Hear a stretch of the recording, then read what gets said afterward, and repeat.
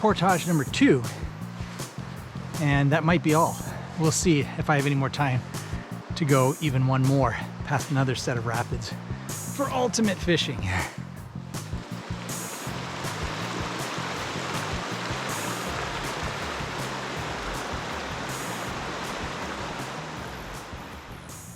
Most of the shoreline along the Kopka River route that I'm on is fairly shallow. There's a lot of beaches actually, and they scratch the bottom of my boat because all the portages have little rocks on the otherwise beachy landings, and they scratch the boat. But the point is that they're really it's shallow around the shore.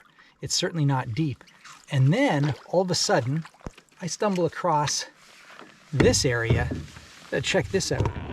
That's like 30-foot high cliffs. And then what's really amazing is across the way, I don't know if you can see them, those are about 60-foot cliffs. I haven't seen any cliffs on my route yet, so let's go explore. We're coming up to some more rapids and maybe some good fishing, and that's going to be my campground for tonight. And yeah.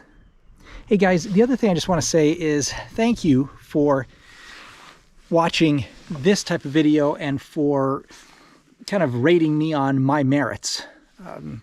Be they good or some bad, I don't know. But I know that a lot of these videos of trip documentaries have gorgeous women, like a 20-something-year-old couple, and they're both good looking, and she's got a great looking body and a face and hair, and she's going swimming, and it's slow motion, and it's a beautiful kind of a thing. I mean, whatever, that's fine. I don't have that, and I'm not gonna do that. So I appreciate you guys checking out what I have to offer in my little jaunts out around rugged Ontario. And this is really a highlight because nothing is as far north as this. And my guess is I will never go this far north to go canoeing again. That's just a guess. I don't know. I might do the Nahani or something like that. But anyway, let's keep going. We're almost at the second amazing set of rapids that are supposed to be really epic. We'll check it out. Okay, I'm hearing some falls and rapids up ahead. And this is kind of crazy because right in front of me, I have a 20-foot gap in the entire system here. I've never had something so narrow, and it's just kind of a really neat feature. Big cliffs, 25-foot cliffs on my left, and then here we go through the narrow gap. I have no idea how deep it is here. This could be really good fishing. I'll try this out later tonight after I set up camp.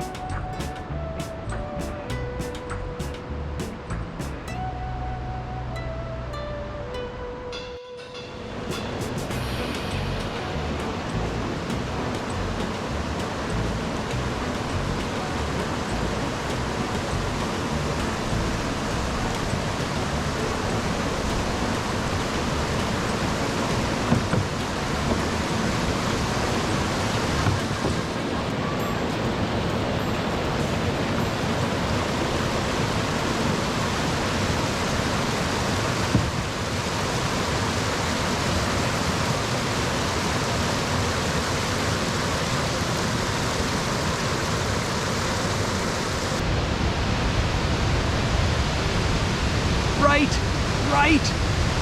Do you even need me to say anything? I mean, Niagara Falls has got nothing on this in terms of clean, pristine, natural, untouched beauty. This is it. And that means the end of my journey, because I'm not making it past that, and I have to be home in a couple of days. So I've got to do my thing.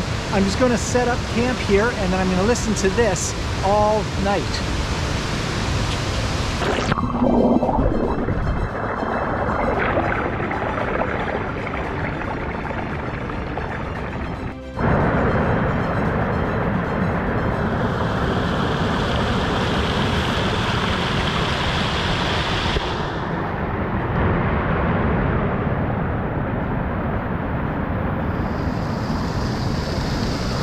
Wow, this is just a really fun and quite truly a magical place.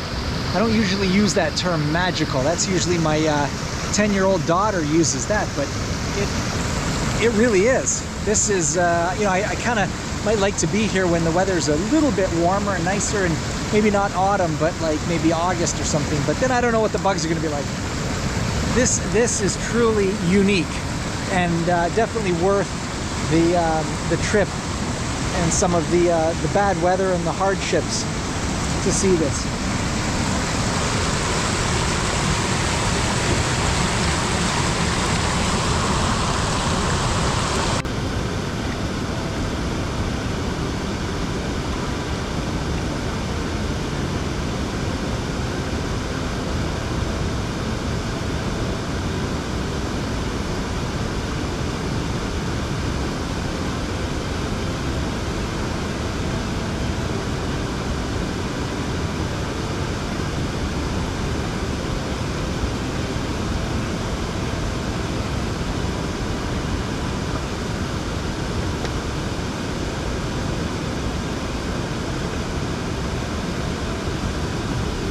Yeah, I don't know if you guys know this, but call it the tip of the day.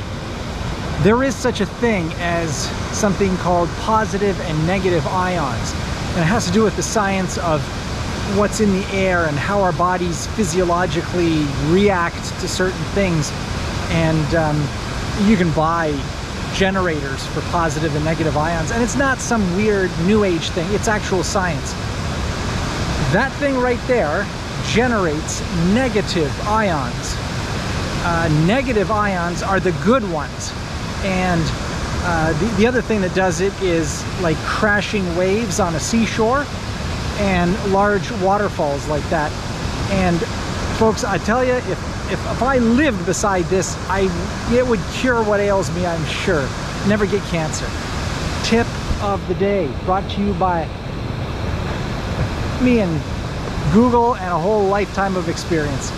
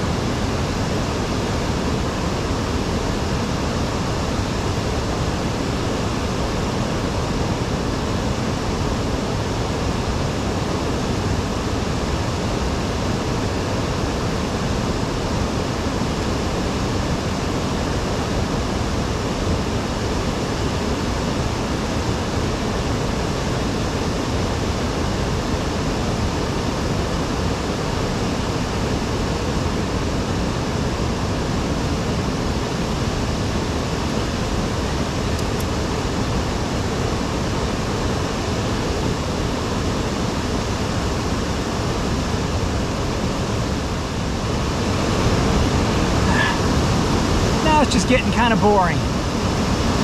Mackerel or walleye after walleye after walleye. You know, that's just part of being up here. Crazy. No bugs right now, anyway.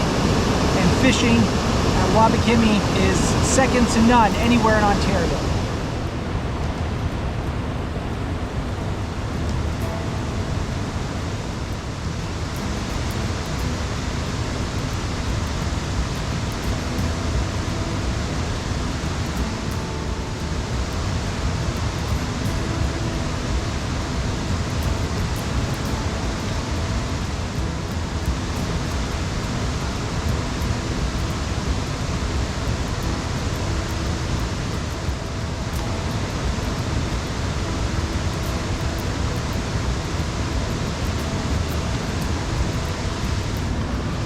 Okay, so full disclosure, guys, let's just be honest.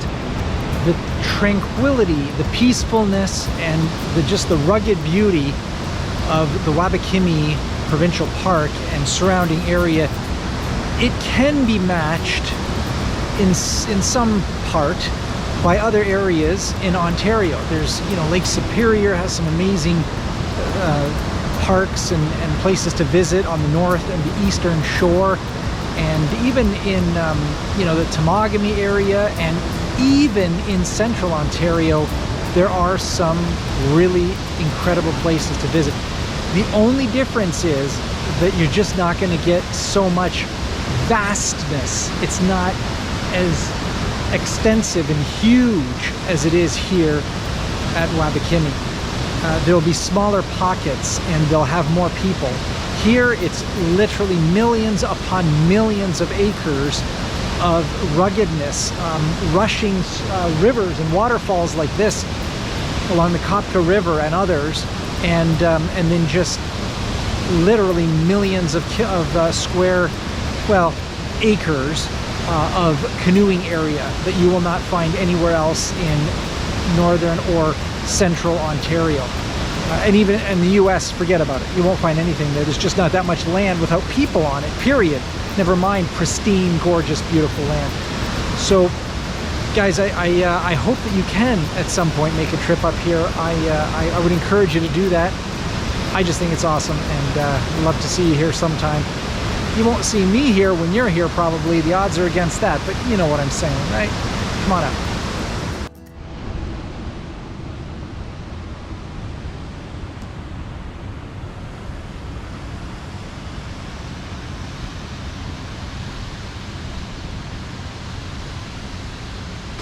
All right, so I've reached the end of my, sort of the halfway point of my trip. 2 days into Wabakimi and Kopka River Provincial Park, I've got to retrace my steps and go back.